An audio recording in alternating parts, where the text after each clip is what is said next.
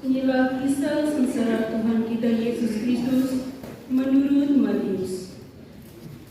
Sekali peristiwa, pergilah seorang dari 12 murid Yesus yang bernama Yudas Iskariot kepada imam-imam kepala. Ia berkata, "Apa yang hendak aku berikan kepadamu, supaya aku menyerahkan dia kepada kamu?" Mereka membayar 30 uang perak kepadanya.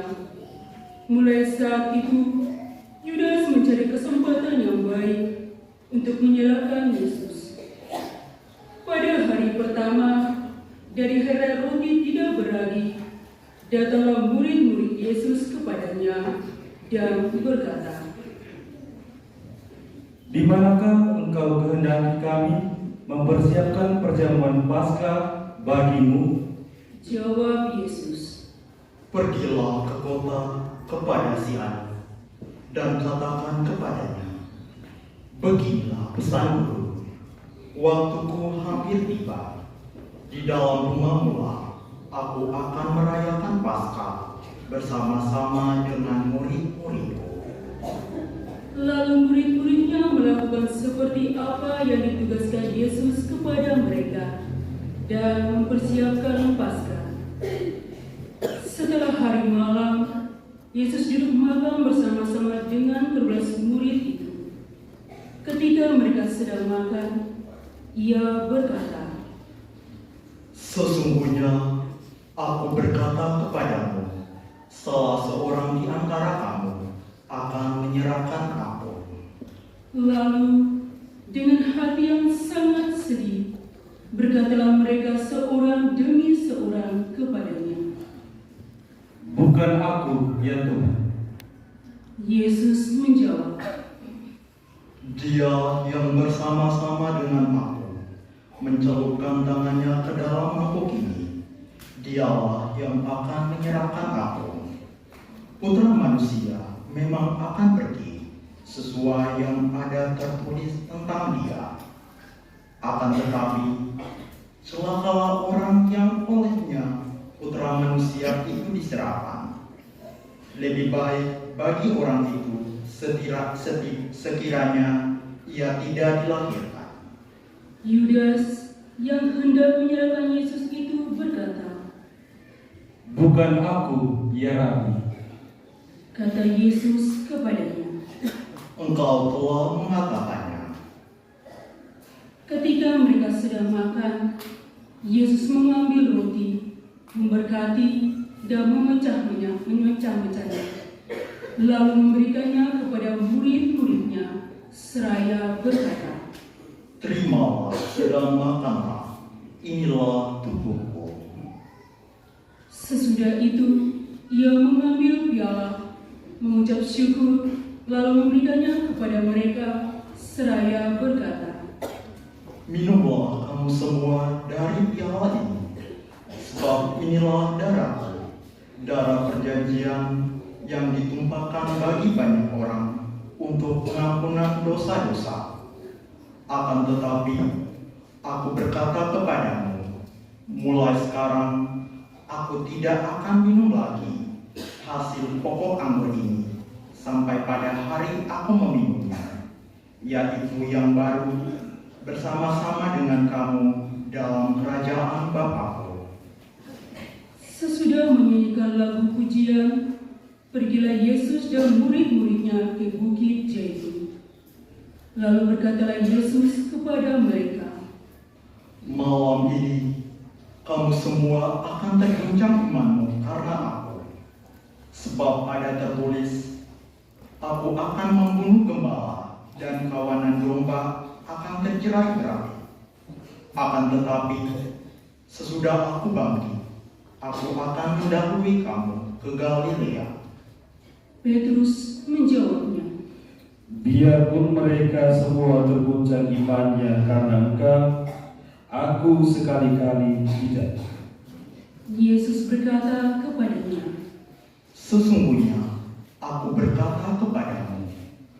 Malam ini, sebelum ayam berkokok, engkau telah menyangkal aku 3 kali. Kata Petrus kepadanya, Sekalipun aku harus mati bersama-sama engkau, aku tidak akan menyangkal engkau. semua murid yang lain pun berkata demikian juga. Kemudian, sampailah Yesus bersama murid-muridnya ke suatu tempat yang bernama Getsemani. Lalu Yesus berkata kepada murid-muridnya, Duduklah di sini, sementara aku pergi ke sana untuk berdoa. Yesus membawa Petrus dan kedua anak Zebedeus bersertanya. Yesus mulai merasa sedih dan gelisah. Lalu katanya kepada mereka, Hatiku sangat sedih, seperti mau mati rasanya. Tinggallah di sini dan berjaga-jaga dengan aku. Yesus maju sedikit, lalu sujud dan berdoa. Ya Bapakku, sekiranya mungkin, biarlah piala ini berlalu daripadamu. Tetapi janganlah seperti yang aku kehendaki, melainkan seperti yang engkau kehendaki. Setelah itu, Yesus kembali kepada murid-muridnya dan mendapati mereka sedang tidur. Lalu Yesus berkata kepada Petrus, Tidakkah kamu sanggup berjaga-jaga 1 jam dengan aku? Berjaga-jagalah dan berdoalah, supaya kamu jangan jatuh ke dalam pencobaan. Roh memang berniat baik, tetapi tabiat manusia lemah. Lalu Yesus pergi untuk kedua kalinya dan berdoa. Ya Bapakku, jika piala ini tidak dapat berlalu, kecuali aku meminumnya, jadilah kehendakmu. Ketika kembali lagi, ia mendapati murid-muridnya sedang tidur, sebab mata mereka sudah berat. Yesus membiarkan mereka di situ, lalu pergi dan berdoa untuk ketiga kalinya. Dan ia mengucapkan doa yang sama. Sesudah itu, ia kembali kepada murid-muridnya dan berkata kepada mereka, Masihkah kamu tidur dan beristirahat? Lihat, sudah tiba saatnya Anak Manusia diserahkan kepada tangan orang-orang berdosa. Bangunlah, marilah kita pergi. Dia yang menyerahkan aku sudah mendekat. Waktu Yesus berbicara, datanglah Yudas, salah seorang dari 12 murid itu, dan bersama-sama dia serombongan besar orang yang membawa pedang dan gunung. Mereka itu seruan imam-imam kepala dan tua-tua bangsa Yahudi. Orang yang menyerahkan Yesus telah memberitahu suatu tanda kepada mereka. Orang yang akan kucium, itulah dia, tangkaplah. Segera Yudas maju dan mendapatkan Yesus dan berkata, Salam ya Rabi. Lalu ia mencium Yesus. Tetapi Yesus berkata kepadanya, Hai teman, untuk itukah engkau datang? Lalu majulah mereka memegang Yesus dan menangkapnya. Tetapi seorang dari mereka yang menyertai Yesus menghulurkan tangan, menghunuskan pedang dan menyerahkan hamba imam besar sehingga putus telinganya. Lalu kata Yesus kepadanya, Masukkan pedang itu ke dalam sarungnya, sebab semua orang yang menggunakan pedang akan binasa oleh pedang. Atau kau sangka aku tidak dapat berseru kepada Bapakku, supaya ia segera mengirim lebih dari 12 pasukan malaikat membantu aku? Jika begitu, bagaimanakah akan digenapi yang tertulis dalam kitab suci yang mengatakan bahwa terjadi demikian? Lalu Yesus berkata kepada orang banyak itu, Sangkamu aku ini penyamun, hingga kamu datang lengkap dengan pedang dan pentung untuk menangkap aku? Padahal tiap hari aku duduk mengajar di bait Allah, dan kamu tidak menangkap aku. Akan tetapi, semua ini terjadi supaya digenapi yang tertulis dalam kitab nabi-nabi. Lalu semua murid meninggalkan Yesus dan melarikan diri. Sesudah menangkap Yesus, mereka membawanya menghadap Kayafas, imam besar. Di situ telah berkumpul ahli-ahli Taurat dan tua-tua. Petrus yang mengikuti Yesus dari jauh sampai ke halaman imam besar. Setelah masuk ke dalam, ia duduk di antara pengawal-pengawal untuk melihat bagaimana akhir semuanya itu. Imam-imam kepala dan para anggota mahkamah agama lainnya mencari kesaksian palsu melawan Yesus, supaya ia dapat dihukum mati. Tetapi mereka tidak memperolehnya, walaupun tampil banyak saksi dusta. Akhirnya tampillah dua orang dan mengatakan, Orang ini berkata, aku dapat meruntuhkan bait Allah dan membangunnya kembali dalam 3 hari. Lalu imam besar itu berdiri dan berkata kepada Yesus, Tidakkah engkau memberi jawaban atas tuduhan saksi-saksi ini terhadap engkau? Tetapi Yesus tetap diam. Lalu kata imam besar itu kepadanya, Demi Allah yang hidup, katakanlah kepada kami, apakah engkau Mesias, putra Allah atau bukan? Jawab Yesus, Engkau telah mengatakannya. Akan tetapi, aku berkata kepadamu, mulai sekarang kamu akan melihat Putra Manusia duduk di sebelah kanan yang Maha Kuasa dan datang di atas awan-awan di langit.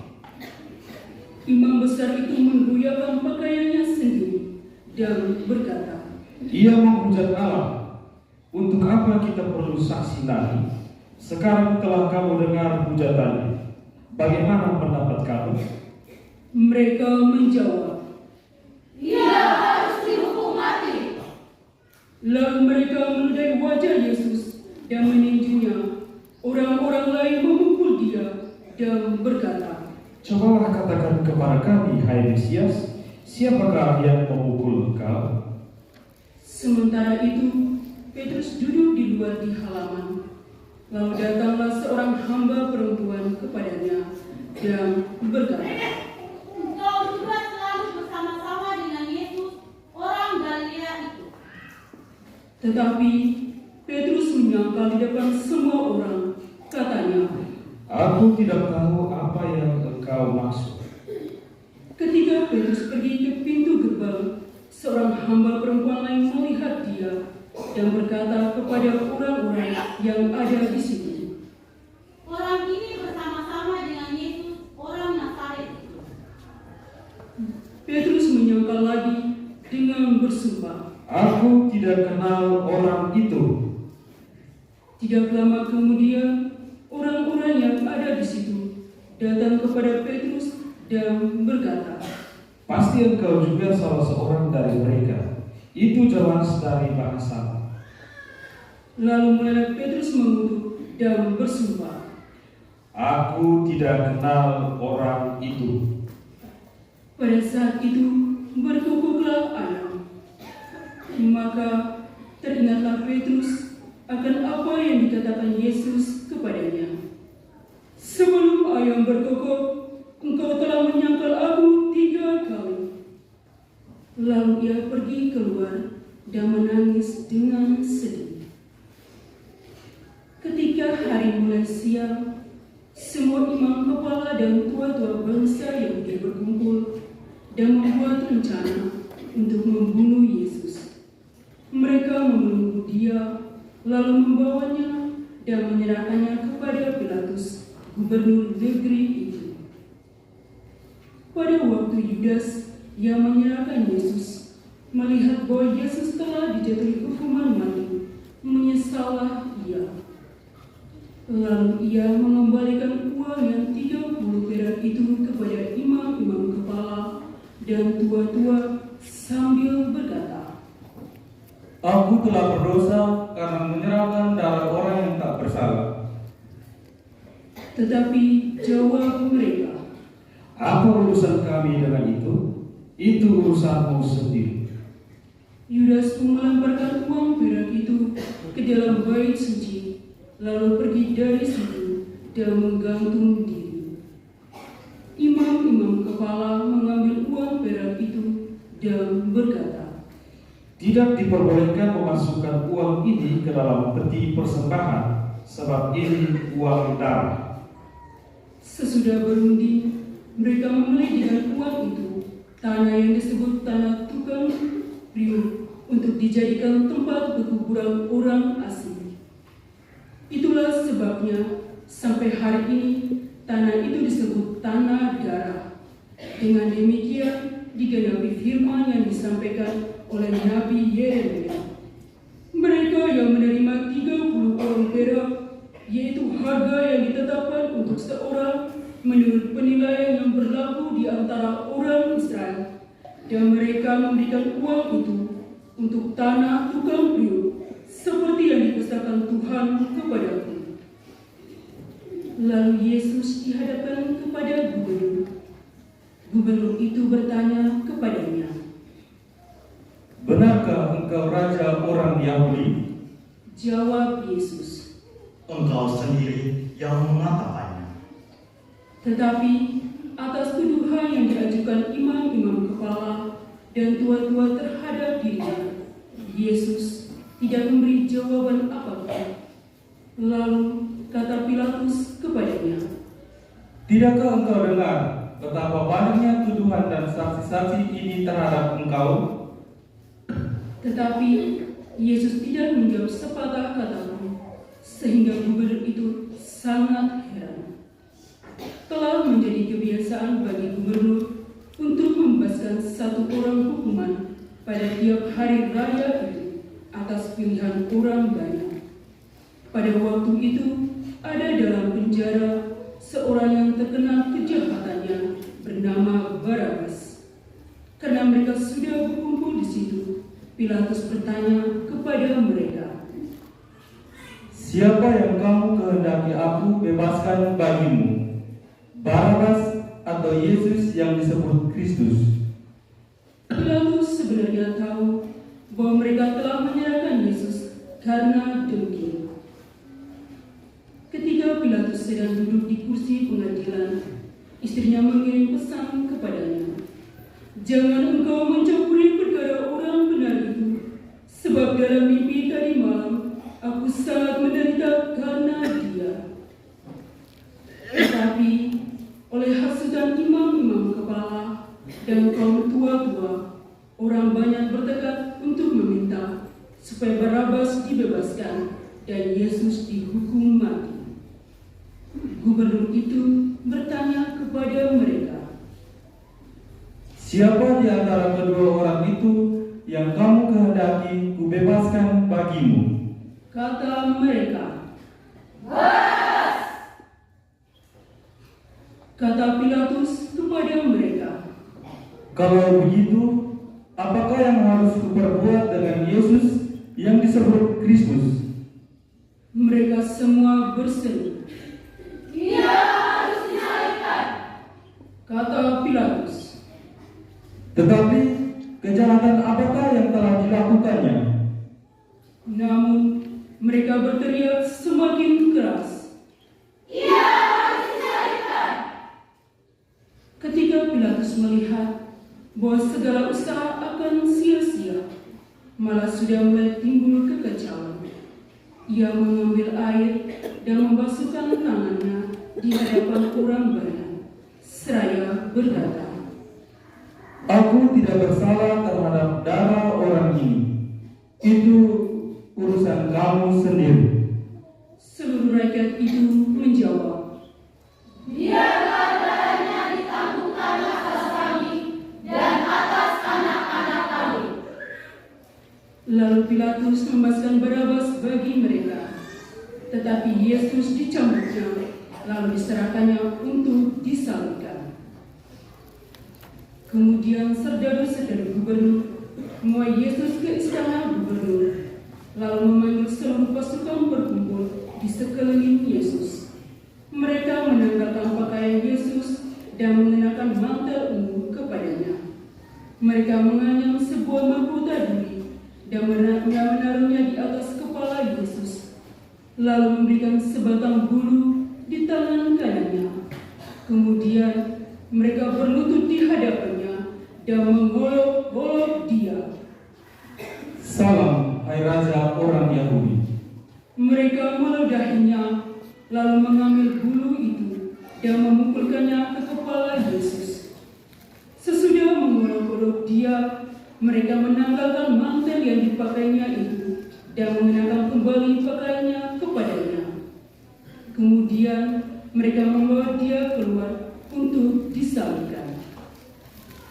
Ketika berjalan keluar kota, mereka berjumpa dengan seorang dari Kirene yang bernama Simon. Orang itu mereka paksa untuk memikul salib Yesus. Kemudian sampailah mereka di suatu tempat yang bernama Golgota, artinya tempat tengkorak. Lalu mereka memberi Yesus minum anggur bercampur empedu. Setelah mengajarnya, ia tidak mau meminumnya. Sesudah menyalibkan Yesus, para serdadu membagi pakaian-pakaian Yesus dengan membuang undi. Lalu mereka duduk di situ menjaga dia. Di atas kepala Yesus terpasang tulisan yang menyebut alasan mengapa ia dihukum. Inilah Yesus, Raja orang Yahudi. Bersama dengan dia disalibkan dua orang penyamun, seorang di sebelah kanan dan seorang di sebelah kirinya. Orang-orang yang lewat di sana menghujat Yesus dan sambil menggelengkan kepala, mereka berkata, Hai engkau yang mau meruntuhkan bait suci dan mau membangunnya kembali dalam 3 hari. Jika engkau putra Allah, turunlah dari salib itu dan selamatkanlah dirimu. Demikian juga imam-imam kepala bersama ahli Taurat dan tua-tua menggolok-golok Yesus, dan mereka berkata, Orang lain ia selamatkan, tetapi dirinya sendiri tidak dapat ia selamatkan.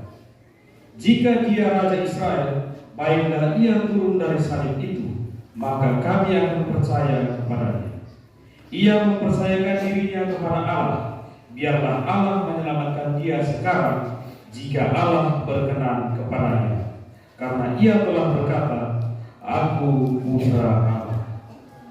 Bahkan penyamun-penyamun yang disalib bersama-sama dengan Yesus mencelanya demikian juga. Mulai dari pukul 12, kegelapan meliputi seluruh daerah itu sampai pukul 3. Kira-kira pukul 3, berserulah Yesus dengan suara nyaring, Eli, Eli, lama sabachthani. artinya, Allahku, Allahku, mengapa engkau meninggalkan aku? Mendengar itu, beberapa orang yang berdiri di situ berkata, Ia memanggil Elia. Kemudian datanglah segera seorang dari mereka. Ia mengambil bunga karang, mencelupkannya ke dalam anggur asam, lalu menancapkannya pada sebatang bulu dan memberi Yesus minum. Tetapi orang-orang lain berkata, Jangan, baiklah kita lihat apakah Elia datang untuk menyelamatkan dia.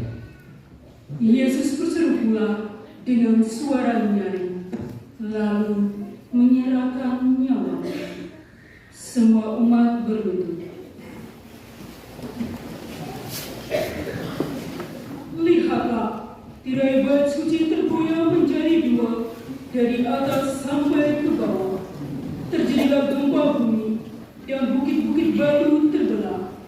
Kubur-kubur terbuka dan banyak orang kudus yang telah meninggal dibangkitkan.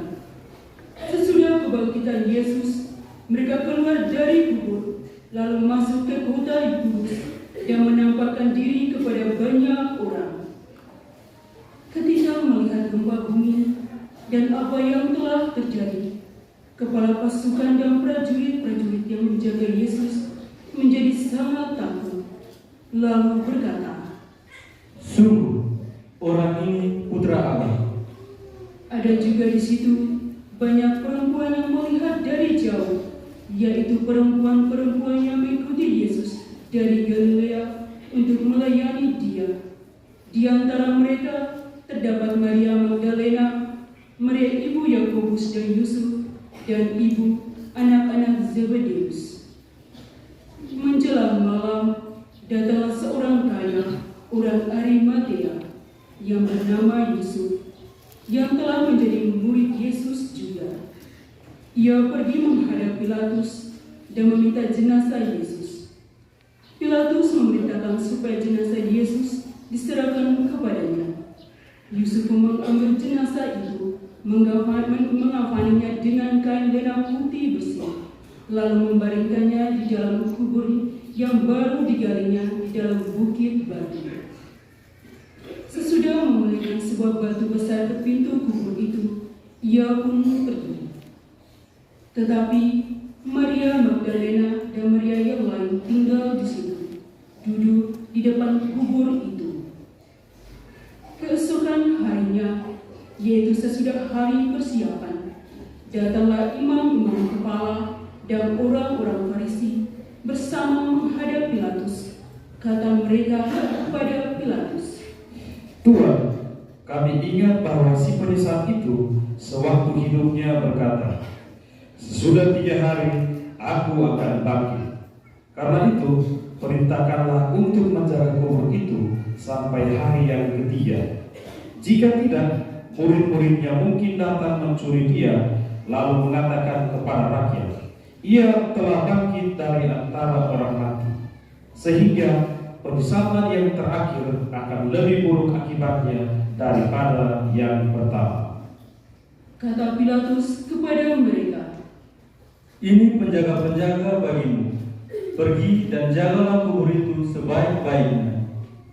Lalu pergilah mereka, dan dengan bantuan penjaga-penjaga itu, mereka memetai kubur Yesus dan menjaganya. Demikianlah sabda Tuhan.